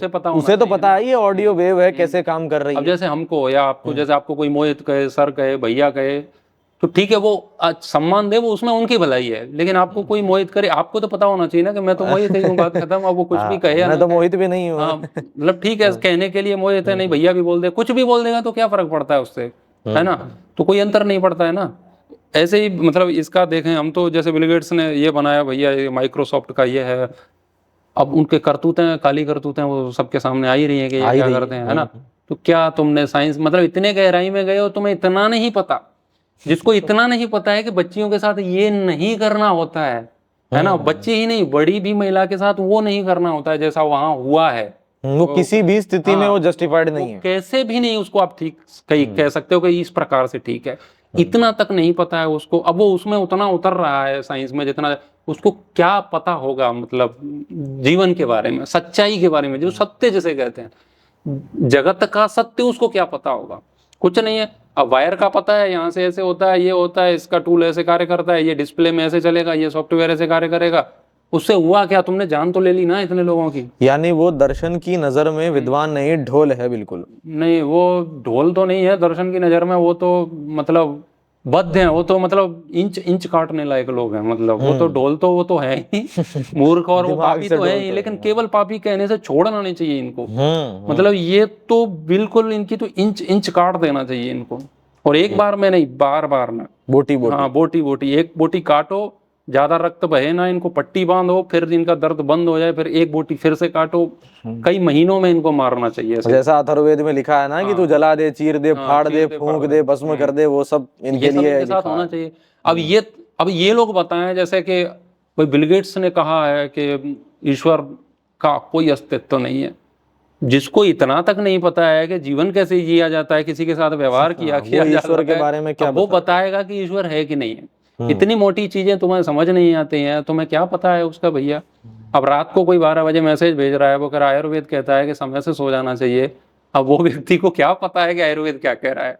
अब कहता है कि नहीं हमें समझ आ रहा है, हाँ। हमें पता है कि ये गलत है, बस फिर भी उस व्यक्ति ने कर लिया, तो हम कैसे मान लें उसे पता है? हम तो यही मानेंगे उसे नहीं पता इसीलिए उसने किया, और जब उसे इतना नहीं पता तो हम ब्रह्मांड और ईश्वर जैसे विषयों पर उसकी टेस्टिमनी को क्यों पता होने का सिर्फ इतना ही है कि आचरण में है कि नहीं है, उतना ही पता होता है। उतना ही ज्ञान पता उतना ही है। ज्ञान का अर्थ उतना ही है जितना आपके आचरण में है, बाकी वो सब बकवास है। बिल्कुल, हम भी जितना आचरण कर रहे हैं वास्तव में उतना ही पता, उससे ज्यादा हम जो दावा करते हैं भले हम कर रहे हैं, बट वो झूठ ही है देखा जाए तो।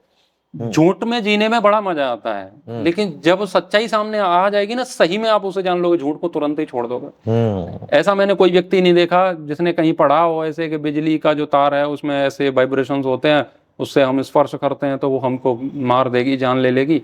ये पढ़ने के बाद किसी ने वो तार पकड़ा हो? कभी पकड़ा है क्या? प्रैक्टिकली वो औरों को ही देख के समझ रहा है कि नहीं यार इसने पकड़ा था, ये मर गया है। कोई भी व्यक्ति पकड़ता है क्या उसको? नहीं, मैं तो प्रैक्टिकल करके देखूंगा, मैं तो ये करके देखूंगा। उसको पक्का पता है, इसीलिए वो उसको नहीं छू रहा है। तो यदि जिसको सही में पक्का पता है किसी भी शास्त्र या साइंस का कि ऐसा ही होता है, तो वो वैसा ही करेगा। और वो नहीं कर रहा है वैसा जैसा पढ़ रहा है, सही में उसको नहीं पता है, मतलब वास्तव में उसको नहीं पता है, वो अनुभव के स्तर पर। और ज्ञान वही है जो आपके आचरण से झलके, ज्ञान वो नहीं है जो आपकी वाणी से झलके।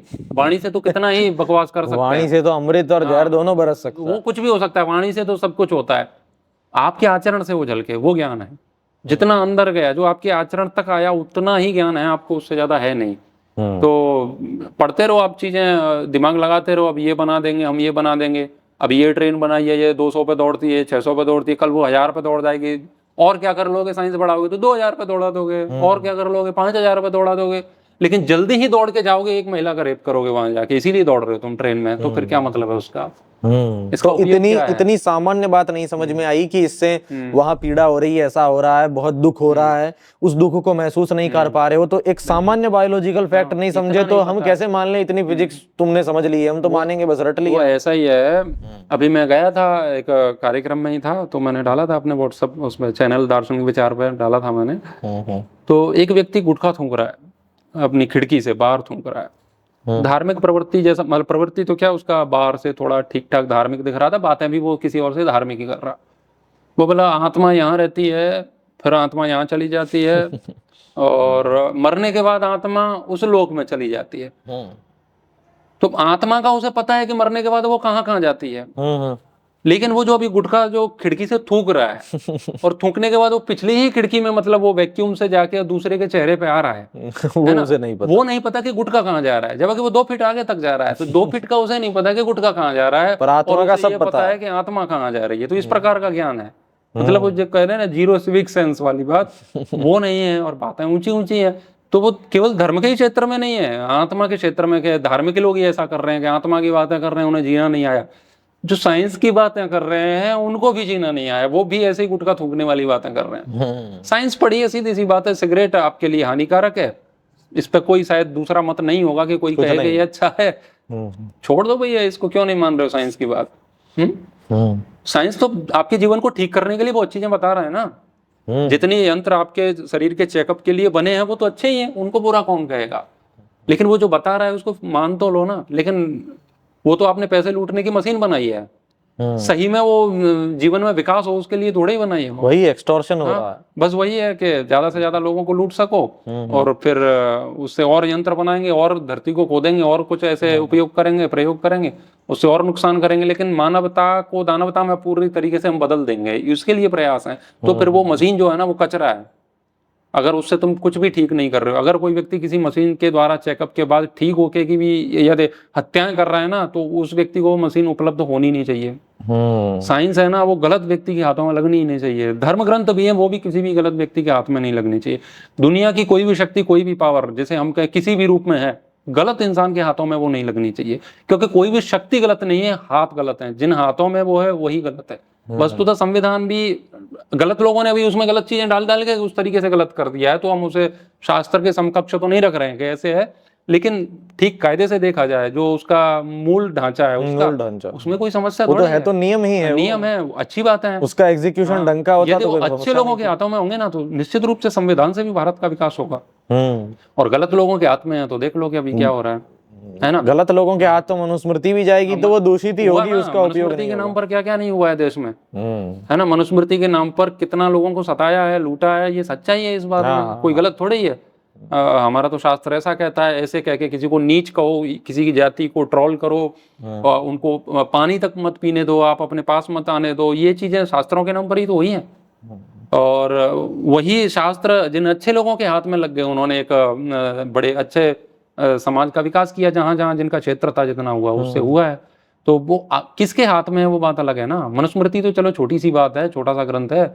वेदों के नाम पर गायें काटी गई हैं, कितने सारे पशु काटे गए हैं, वेदों के नाम पर हिंसाएं हुई हैं। तो गलत लोगों के हाथ में वेद लग गए तो वेदों से भी पाप ही हुआ, है ना। वस्तुतः वेद पाप नहीं कर रहे हैं अपने आप में, पाप तुम कर रहे हो, उनके गलत अर्थ निकाल के, या अर्थ भी नहीं निकाल रहे, बस तुम कह रहे हो मेरे पास है, मैंने पढ़ा है, मुझे पता है कि क्या है, और तुम कर रहे हो। हर चीज जैसा आपने कहा ना, किस हाथ से गुजर रही है। जैसे मनुस्मृति है, तो मनुस्मृति या जो भी उसका बेसिक ज्ञान होगा वो महर्षि मनु के हाथों से गुजरा, तो वो मनुस्मृति के रूप में निकला। बिल्कुल। फिर वो कुछ ऐसे कोई धूर्त ऐसे लोग होंगे जो कथित रूप से पंडित कहे जाते होंगे, शांति अच्छी नहीं लगती, उनके हाथ गया तो मनुस्मृति का रूप अलग हो गया। वही मनुस्मृति जब अंबेडकर जी के हाथ में गई तो वो मनुस्मृति जली, और वही मनुस्मृति जैसे स्वामी दयानंद के हाथ में गई तो वो उसका कुछ और कर रहे हैं, वो उसमें से शोधन की बात कर रहे हैं, बीमारियां हटाएं, ठीक। तो यानी कुल मिलाकर के मनुस्मृति एक ही है। वो किसी पंडित, कथित पंडित के पास जा रही है तो उसमें प्रदूषण हो रहा है, वही मनुस्मृति अंबेडकर जी के पास जा रही है तो वो जल रही है, प्रदूषण उसका बढ़ नहीं रहा, लेकिन शोधन भी वो नहीं कर पा रहे हैं, वो उसे जला रहे हैं, खत्म ही कर रहे हैं, तो वो खत्म कर रहे हैं। और वही मनुस्मृति किसी और व्यक्ति के पास जा रही है, या और भी अन्य लोगों ने इस प्रकार किया होगा तो वो उसे शोधन करने का प्रयास कर रहे हैं। तो वो ग्रंथ एक ही है, शास्त्र एक ही है, कुछ नफरत कर रहे हैं, कुछ प्रेम कर रहे हैं, कुछ जला दे रहे हैं, कुछ उसके नाम पर एग्जॉर्शन कर रहे हैं। हाँ, तो बात तो वही है, बात यही है कि यहाँ गड़बड़ है खोपड़े में, बाकी किसी ग्रंथ में कहीं गड़बड़ नहीं है। और वो जिसे हम कह रहे हैं अच्छा उसमें नहीं है, उसमें तो लिखा है, तो वो भी खोपड़ी की गड़बड़ है उसमें।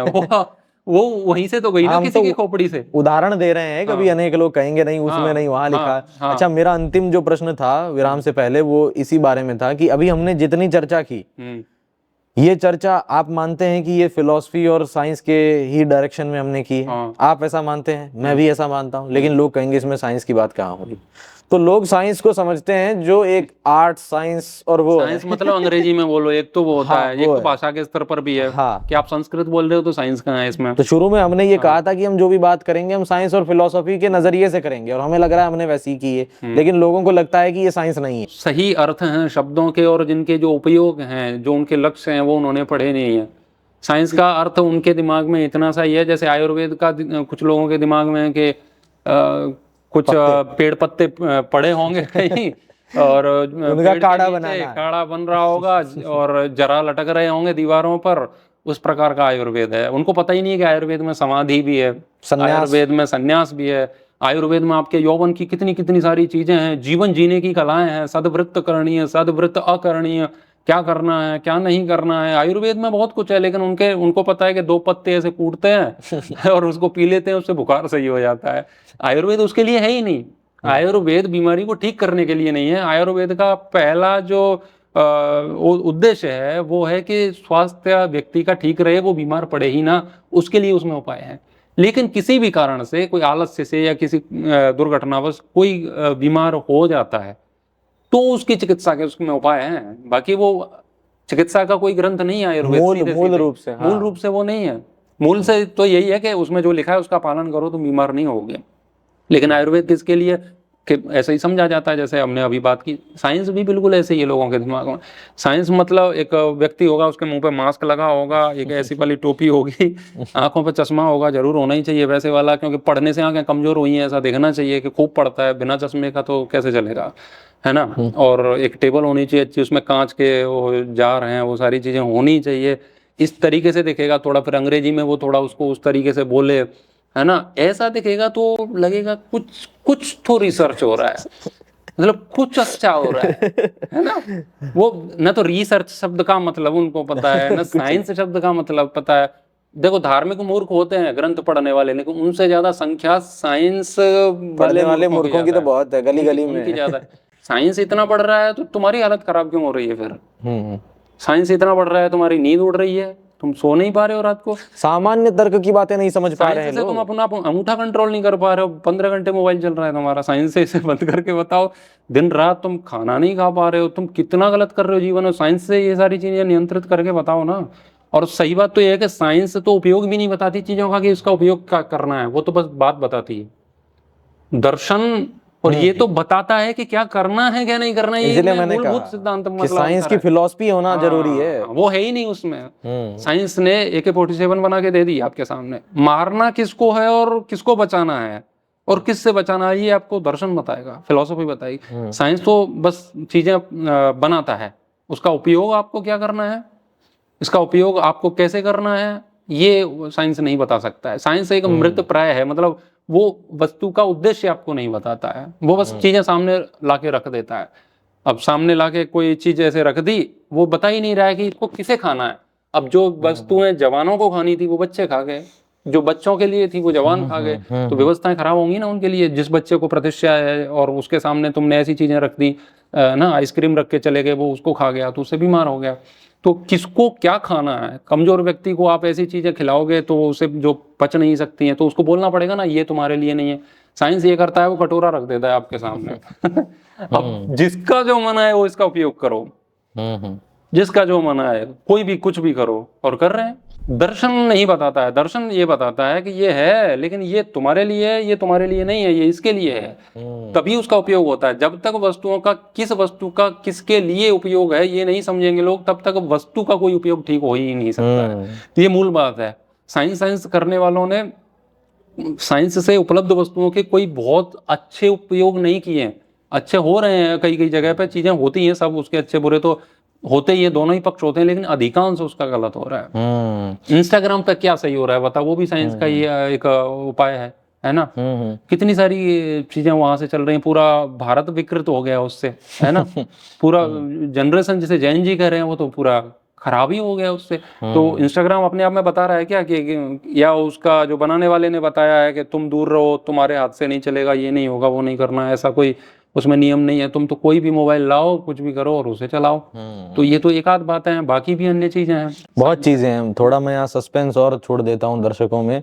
इस पर बात बहुत हो सकती है, मुझे तो लग रहा है बात भी अब शुरू हुई है असली, अब से जा रही है गाड़ी सही ट्रैक पर। लेकिन अब कैमरे की बैटरी बंद हो गई है, तो अब दर्शन तो चलता रहेगा, साइंस रुकने वाली है। अच्छा अच्छा तो ये ह्यूमर में कहा है मैंने, कोई वो दिल पर ना ले ले। साइंस रुक जाएगी अर्थात बैटरी रुक जाएगी, दर्शन बातचीत तो अपनी चलती रहेगी। दर्शन तो नित्य है ना। हाँ, वो तो क्या ही तो वो बस मजाक में मैंने कहा है। और अब समापन से पहले एक डिस्क्लेमर और दे दूं मैं, कि हमने अभी यहाँ 2 बातें की पॉडकास्ट में। शुरू में हमने कहा कि क्योंकि मेरे दिमाग में इनकी खुराफात में पहले ही प्रेडिक्ट कर लेता हूँ कि अब इसके कहाँ से क्या वीडियो कटेंगे, तो हमने कहा कि हम प्लास्टिक या अन्य चीजों का यूज कर रहे हैं, तो कॉस्ट बेनिफिट एनालिसिस बताया कि हमें इसलिए करना पड़ रहा है। दूसरा आप अभी जो बता रहे हैं ना, ये थोड़ी होगा, वो तो कट के उतना ही आ ही जाएगा। हाँ, वो आप बोलोगे उतना आ जाएगा। ये बोलने से भी कोई लाभ नहीं, क्योंकि ये तो अंत में है ना। अब हमने जो कहा वो कहा, वो नहीं समझ आएगा जो रोस्टर है, डिबंकर हैं, क्योंकि उनका दर्शन अलग चल रहा है।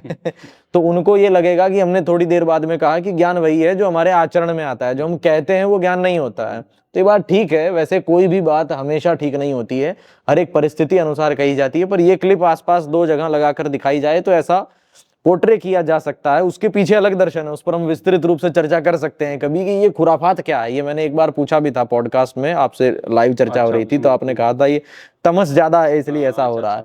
तो ऐसा कथित रूप से प्रयास किया जा सकता है कि आप फिर कह रहे हैं कि जो आचरण में होता है वही ज्ञान होता है। तो हम आपके इस ज्ञान को क्यों माने, क्योंकि हमें तो आचरण में दिख ही नहीं रहा है कि आप टेक्नोलॉजी से दूर हैं, लेकिन आप फिर भी कह रहे हैं। तो ये हमारी समस्या है। हम निपट लेंगे उस समस्या से कि हम कितना ठीक कर रहे हैं, कितना गलत कर रहे हैं, हमें क्या करना है।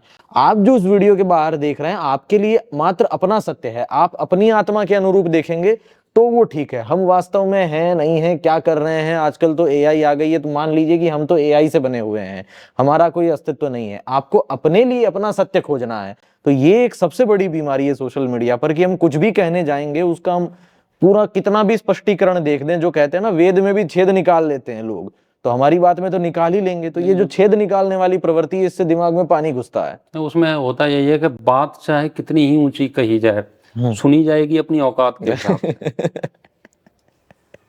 जिसकी जितनी औकात होगी ना, वो उतना ही तो समझेगा, वो उसी स्तर पे ही समझेगा। हाँ। अब किसी भी व्यक्ति को आप दर्शन की ही बातें बड़ी ऊंची बताओगे और वो नहीं समझ रहा है, तो हम कहें कि नहीं ये तो गलत अर्थ निकाल रहे हैं ऐसा। वो सही में ही गलत निकालेंगे, क्योंकि सही अर्थ कैसे निकाल लेंगे? अगर सही सुन के ही निकाल लेंगे तो फिर तो ये जो उसमें जीवन व्यतीत कर रहे हैं उसी के यथार्थ तत्व को जानने के लिए, वो तो क्यों करते? सुनने से ही होता तो फिर तो ये साधना और तपस्या। यही तो हम कह रहे हैं कि वाणी से नहीं होगा ना सुनने से होगा। तो कोई कहे हम क्यों बोल रहे हैं, फिर कहेगा वो, तो वो फिर उसकी पिटाई होगी। जिसका जितना स्तर होगा उतनी बातें समझेगा। हमारा कार्य है कहना, क्योंकि हम कह ही सकते हैं, उसके जीवन में जाकर तो कुछ कर नहीं सकते हैं, है ना। तो हमारा कार्य कहना है, हम मात्र कह रहे हैं, उसको आप अपने स्तर पर विचार करें, है ना। हमसे आपका लेना देना उतना ही है जितना वो वीडियो चलाने तक। और ऐसा है भी नहीं कि उनका वास्तव में लेना देना है, वो इसलिए हमें ज्ञान दे रहे हैं ताकि हम और विकसित हों ना, वो ऐसा नहीं कर रहे हैं। वो तो बचना चाह रहे हैं कि आप हमारी व्यवस्था में दखल मत डालो, हमें अपने अनुसार करने दो, हमारी मौज रहे, आप जाओ कैमरा बंद करो, बिल्कुल बिल्कुल पहाड़ पकड़ो। मतलब जो भी ज्ञान दे चुप उसको भेज दो जंगल में। हम यहाँ हमारा राज्य चलेगा। हाँ हाँ हाँ। तो बस इसके साथ हम आज की वीडियो को समाप्त करते हैं। चर्चा तो खूब हो सकती है, लेकिन जैसा हमने कहा कि कैमरा मैन की तरफ से इशारा आ रहा है कि बैटरी डाउन हो चुकी है, तो अब साइंस और टेक्नोलॉजी को यहीं ख़त्म करते हैं और दर्शन को शुरू करते हैं। आज की वीडियो में सिर्फ इतना ही। देखने के लिए धन्यवाद। नमस्ते।